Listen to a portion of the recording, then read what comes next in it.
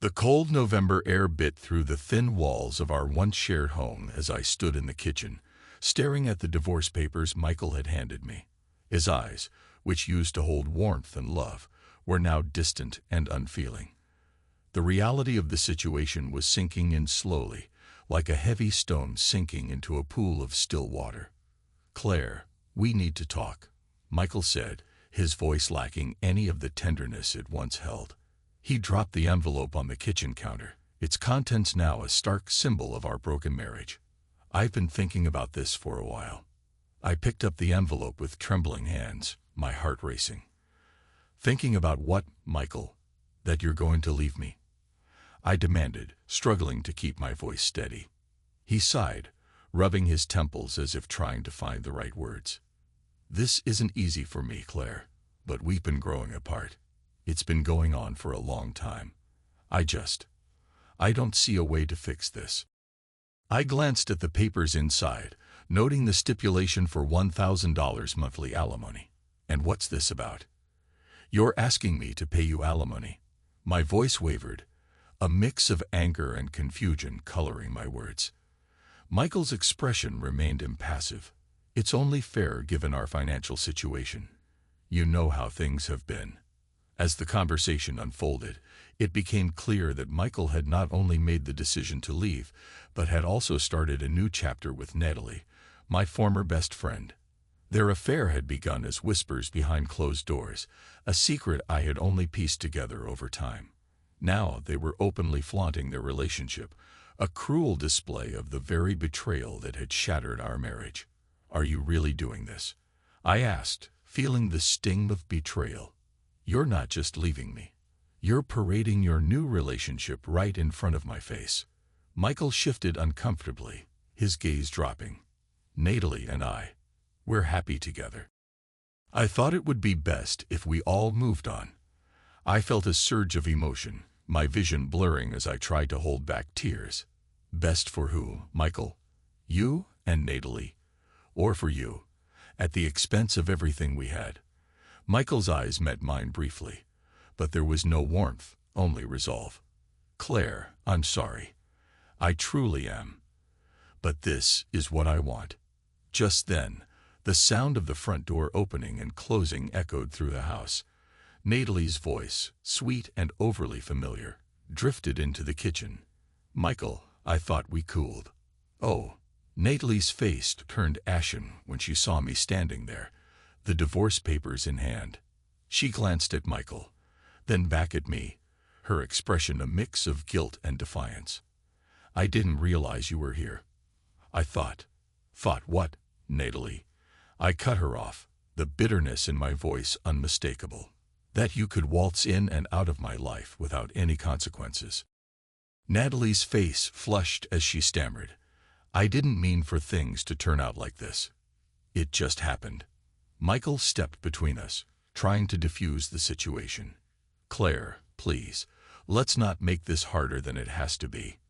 But the damage was already done. The emotional weight of Michael's decision and Natalie's presence was too much to bear. I felt a surge of anger and pain, knowing that the people I once trusted the most had betrayed me in the worst possible way.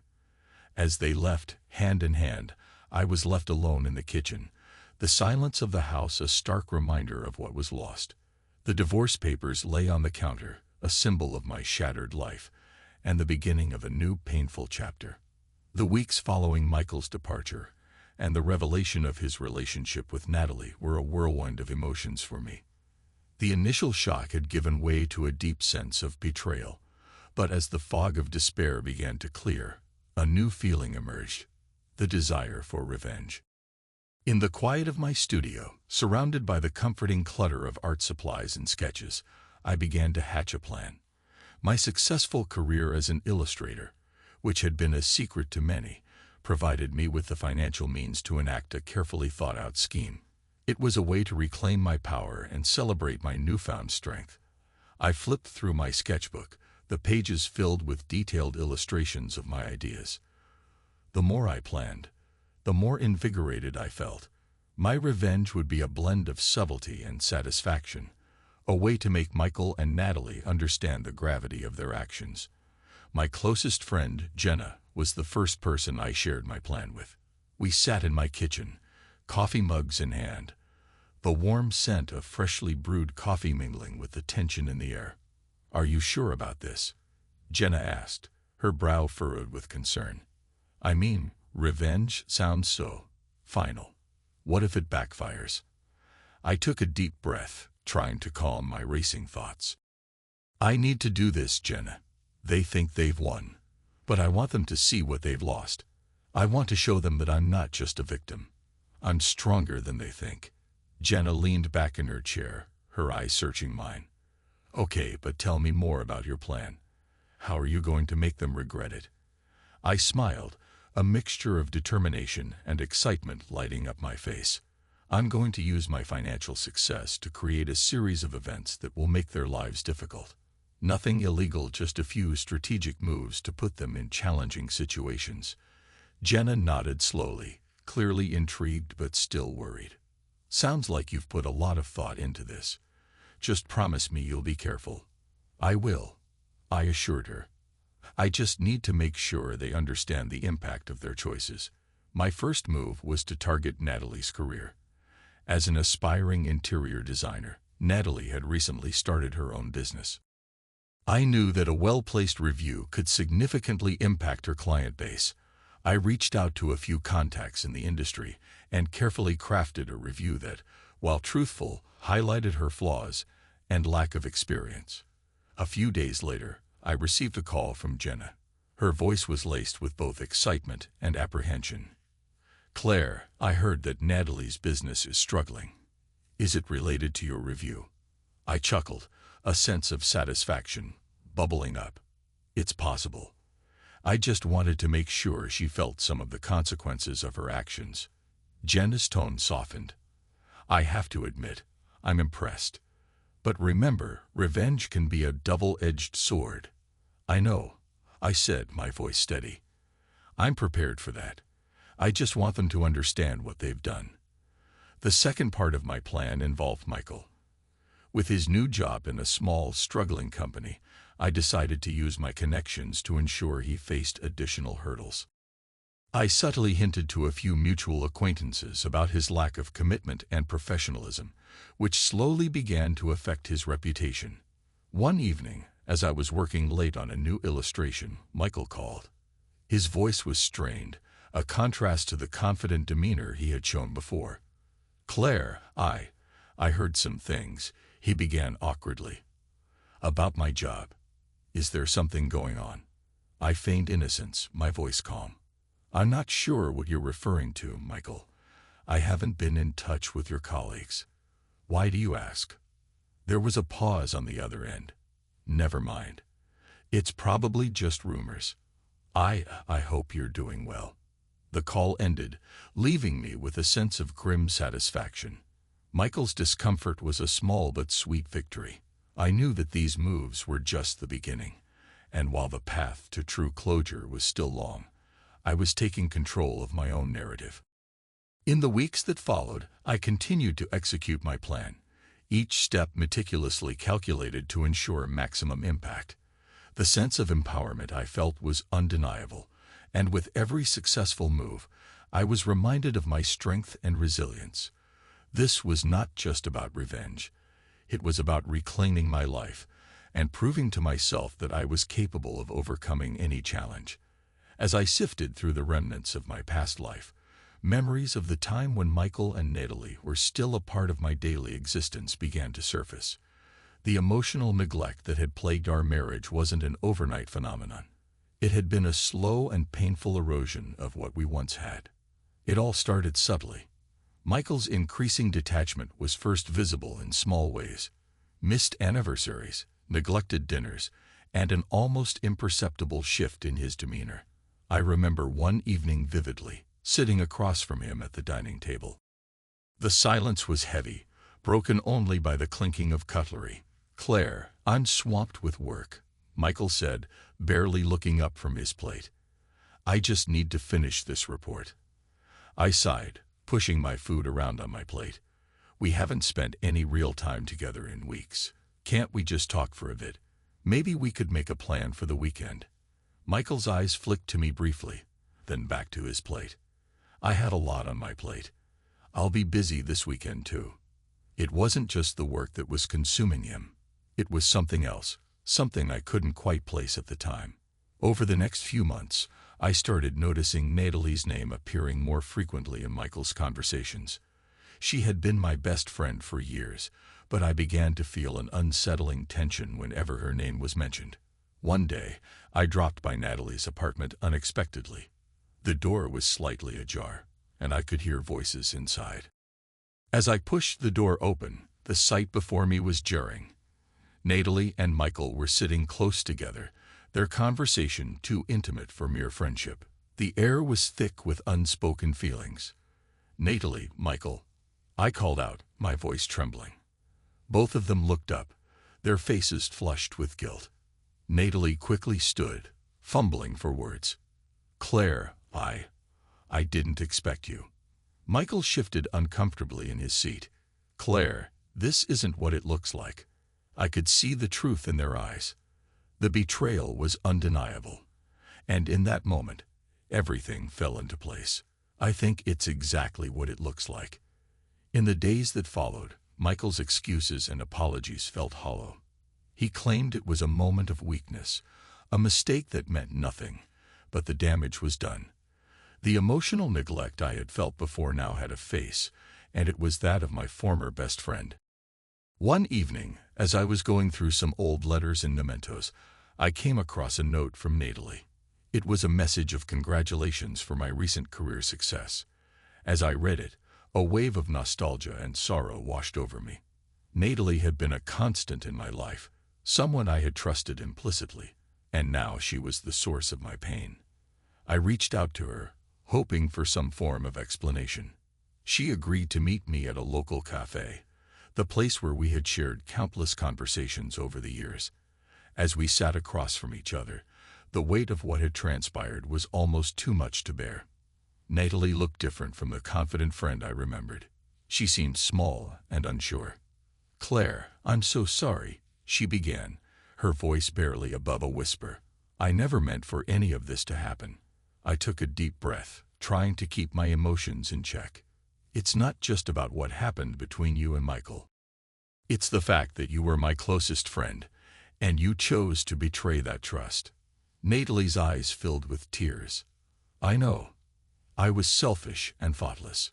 Michael and we never planned for this to happen. It just did." I shook my head, feeling the sting of her words. "I trusted both of you. It's not just the affair. It's the fact that you both chose to disregard my feelings." The conversation was painful, but it brought some semblance of closure. I could see that Natalie was genuinely remorseful, but that didn't change the reality of what had happened. As we parted ways, I felt a mix of sadness and relief. The wounds were still fresh, but I was starting to understand the full extent of the betrayal. In the end, the issues from the past were not just about the affair, but the way both Michael and Natalie had drifted from their promises and values. The hurt I felt was not just from their actions, but from the disintegration of the trust that had once been the foundation of our relationships. The past was a painful chapter, but it was also a necessary step in my journey toward healing and reclaiming my life. The period following the divorce was a whirlwind of revelations and shifting fortunes. I had managed to secure a new sense of stability and independence, fueled by my successful career as an illustrator and the hefty income it provided. Michael and Natalie, on the other hand, found themselves facing a series of increasingly dire consequences. The first sign of Michael's struggle came in the form of a message from a mutual acquaintance. A friend from his old office reached out with a grim update. Michael had lost his job. The company, once a high-flying tech firm, was downsizing, and Michael's position was one of the first to go. I remember the mixed emotions I felt when I heard the news: relief, vindication, and a hint of sadness for the man I had once loved. One evening, I ran into Michael at a local cafe, the place where we had shared countless dates before everything fell apart. He looked tired and worn, his once proud demeanor replaced by a look of desperation. He was hunched over a cup of coffee, his fingers nervously tapping on the table. "Claire," he said, his voice carrying a heavy weight, "I didn't expect to see you here." I sat down across from him, my heart pounding. "I heard about your job. I'm sorry things are so tough." Michael's eyes met mine, his expression a mix of shame and frustration. "It's been rough. I didn't think things would get this bad. I thought I could handle it." The conversation that followed was filled with awkward silences and strained pleasantries. Michael spoke about the difficulties of finding a new job, the mounting bills, and his dwindling savings. There was a vulnerability to him now that I hadn't seen before, but it didn't erase the past or the hurt he had caused. Later that week, I received news that Natalie's life was also unraveling. She had faced mounting challenges with her new role, struggling to manage her responsibilities as a single mother. The stress and fatigue had taken a toll on her, and her financial situation had worsened significantly. A mutual friend, Jessica, who had always been close to both Natalie and me, called with an update. "Claire, you might want to know. Natalie's been having a hard time," Jessica said over the phone, her voice tinged with concern. "She's falling behind on her bills, and, well, her custody situation with Adam is getting complicated." Adam, Natalie's new partner, was fighting for custody of their child, citing Natalie's inability to provide a stable environment. It was a bitter twist of fate. Natalie's choices had led her to this precarious position, and the consequences were far-reaching.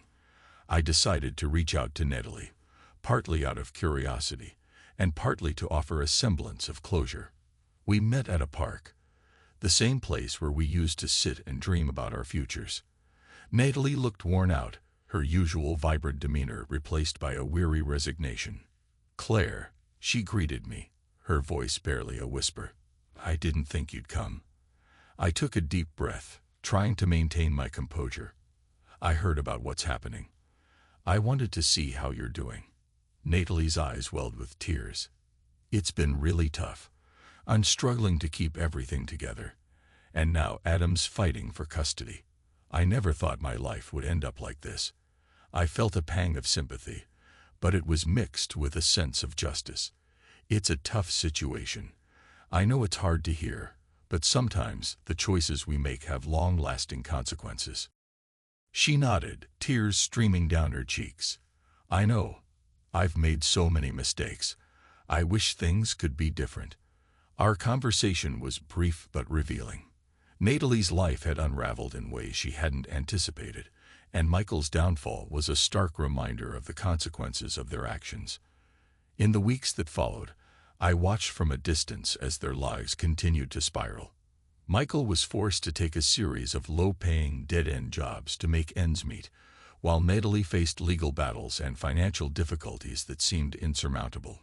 Their struggles were a harsh reminder of the choices they had made and the impact those choices had on their lives. As for me, I continued to thrive professionally and personally. I had reclaimed my independence and found a renewed sense of purpose. The pain of the past was fading, replaced by a sense of empowerment and justice.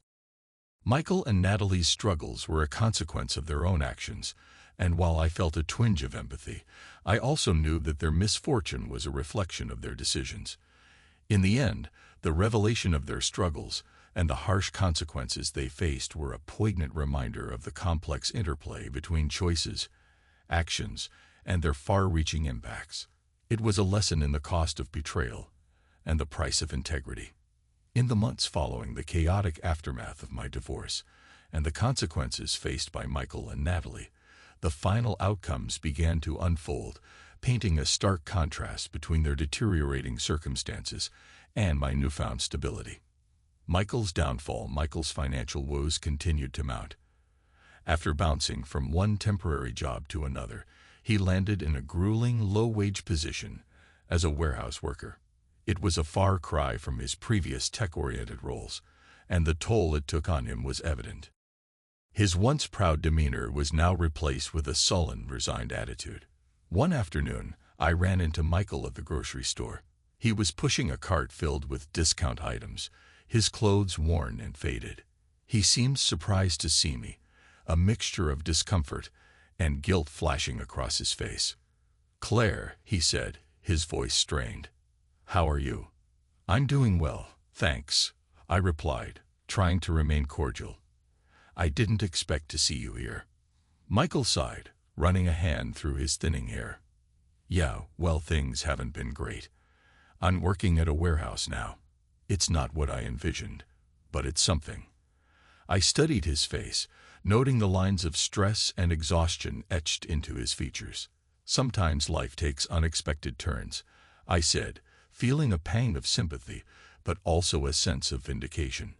"I hope things improve for you." He nodded, though his eyes reflected a deep weariness. "Thanks. I appreciate that." Natalie's situation was equally dire. Her financial instability led to mounting debts and a series of legal battles over custody. Adam, her former partner, had gained primary custody of their child, citing Natalie's unstable financial situation and erratic lifestyle. It was a bitter twist for Natalie, who had once been so confident about her new life. I decided to check in on Natalie, driven by a mix of curiosity and a desire for closure. We met at a small cafe, far from the glamorous places she once frequented.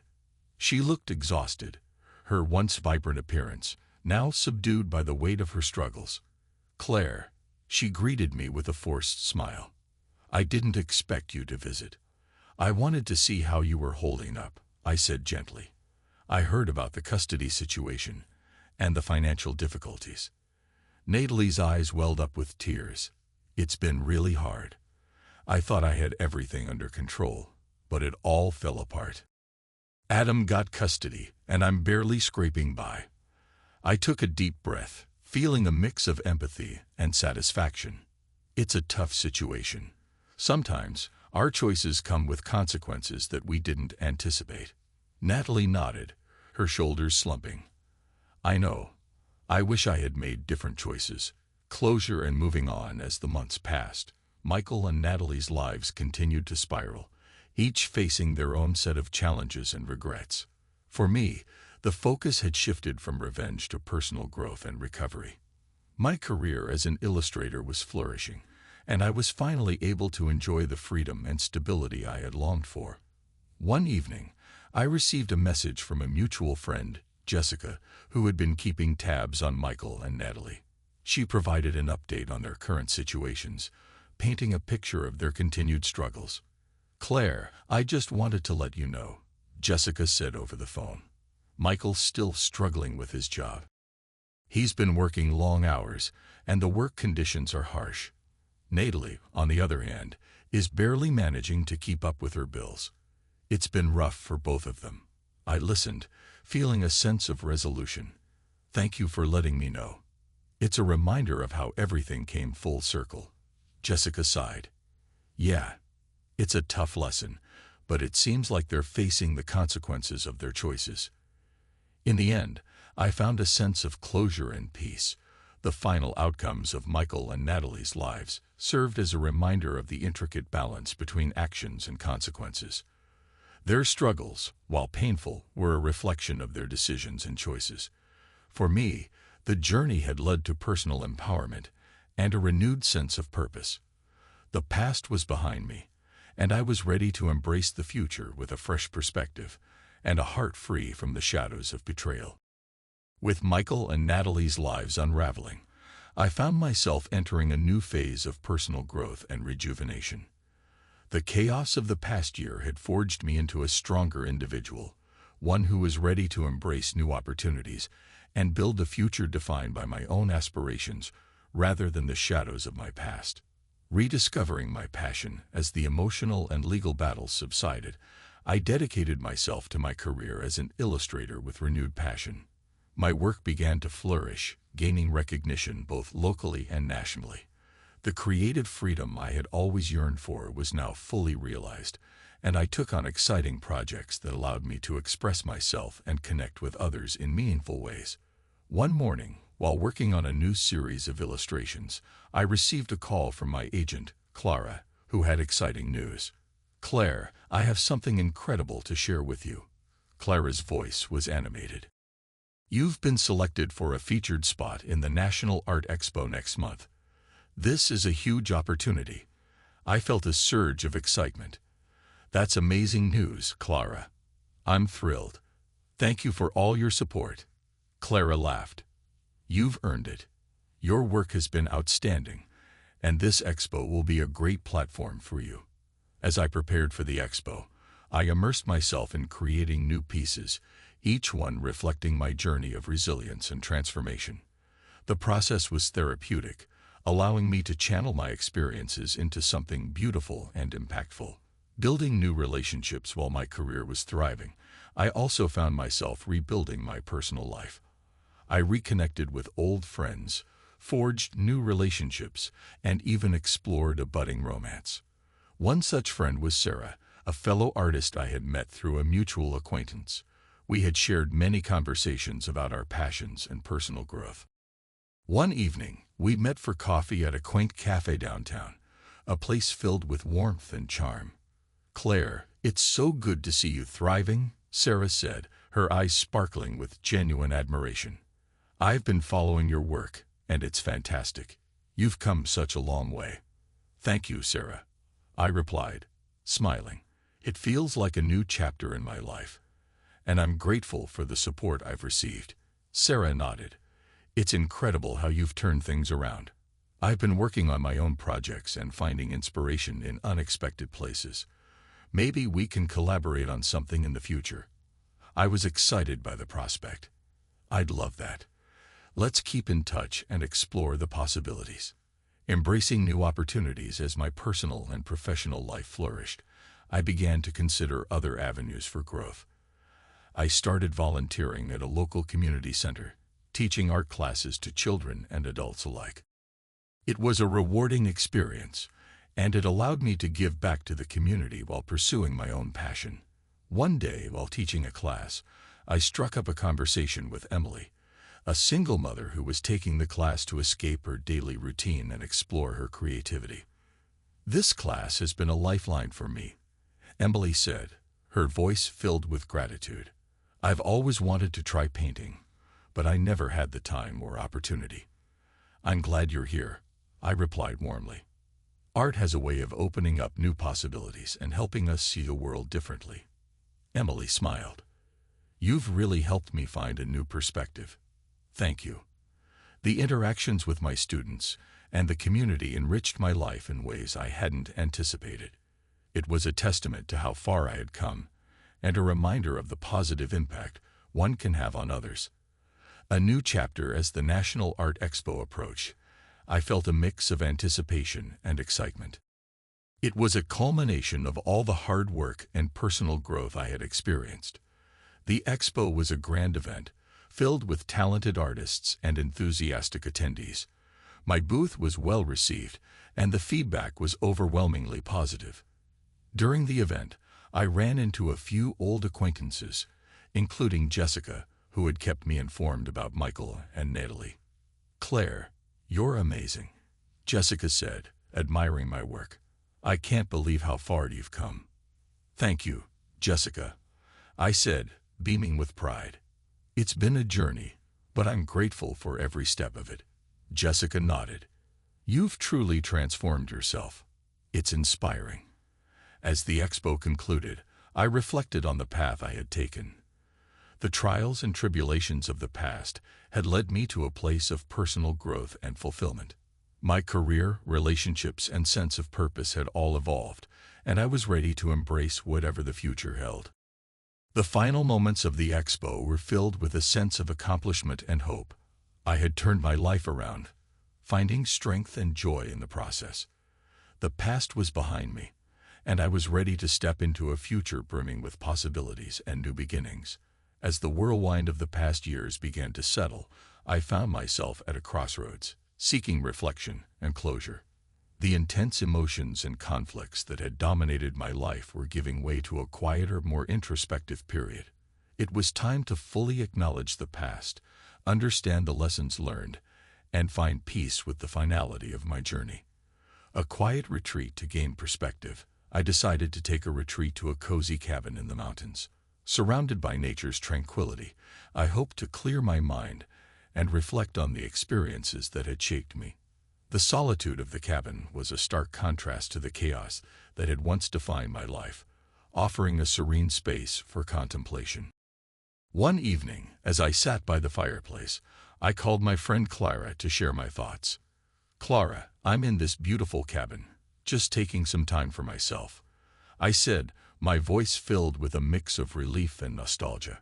"It's been such a journey, and I'm finally starting to feel at peace." Clara's voice was soothing over the phone. "That sounds wonderful, Claire. Sometimes we need to step away from everything to gain clarity. What have you been reflecting on?" "I've been thinking about how far I've come," I replied. "The pain, the betrayals, and the growth. It's all part of my story. I'm learning to appreciate the strength I've found within myself." Clara's response was encouraging. "It's amazing how much we can grow through adversity. Embrace this time of reflection and let it guide you towards your next steps." Meeting with Michael as part of my process of closure, I decided to meet with Michael one last time. It was important for me to confront the past and ensure that I had truly moved on. We met at a quiet cafe, a neutral setting that felt appropriate for this final conversation. Michael arrived, looking tired and worn. His once confident demeanor seemed diminished, a reflection of the struggles he had faced since our separation. "Claire, thanks for agreeing to meet," Michael said, taking a seat across from me. I wasn't sure what to expect. I offered a polite nod. "I wanted to have this conversation. It's important for me to close this chapter completely." Michael looked away for a moment before speaking. "I know I made mistakes. I was selfish, and I'm sorry for the pain I caused you." "I appreciate your apology," I replied calmly. "I've had time to reflect, and I've come to understand that holding on to anger only hurts me. I'm moving forward, and I hope you find a path to healing as well." Michael's eyes softened. "I hope so too. I've learned a lot from this experience, and I regret the choices I made." Reconnecting with Natalie, I also felt it was important to reach out to Natalie, not to rekindle a friendship, but to address the unresolved feelings that lingered. We met at a park, where we could talk openly in a peaceful setting. Natalie was hesitant at first, but eventually agreed to meet. Her demeanor was a mix of regret and defensiveness. "Claire, I didn't expect this," Natalie said, her voice tinged with apprehension. "I know I hurt you, and I'm truly sorry." "I wanted to talk to you, Natalie," I said, choosing my words carefully. "It's not about placing blame anymore. I've moved on, but I think it's important to acknowledge what happened." Natalie nodded, her eyes filled with remorse. "I've made mistakes too. Losing Michael, seeing my life fall apart. It's been a harsh lesson. I wish things had turned out differently. I think we both learned a lot from this," I said softly. "And I hope we can both find peace in moving forward." Finding closure as I returned from the retreat, I felt a profound sense of closure. The conversations with Michael and Natalie had provided me with the final pieces I needed to fully embrace my new life. I had faced the past, forgiven where necessary, and let go of lingering resentment. I spent the remaining days of my retreat writing in my journal, reflecting on my journey and setting intentions for the future. It was a cathartic experience, allowing me to articulate my growth and aspirations. One afternoon, I met with Sarah at a local park, sharing my reflections on the past and my hopes for the future. "I feel like I've finally come to terms with everything," I told Sarah. "It's been a journey, but I'm ready to embrace what's next." Sarah smiled warmly. "You've come so far, Claire. I'm proud of you and excited for the future you're creating for yourself." With a heart full of hope and a spirit renewed, I knew that the final chapter of my story was not about lingering on the past, but about celebrating the present and looking forward to the future. My journey had brought me to a place of strength and self-discovery, and I was ready to step into the next phase of my life with confidence and grace.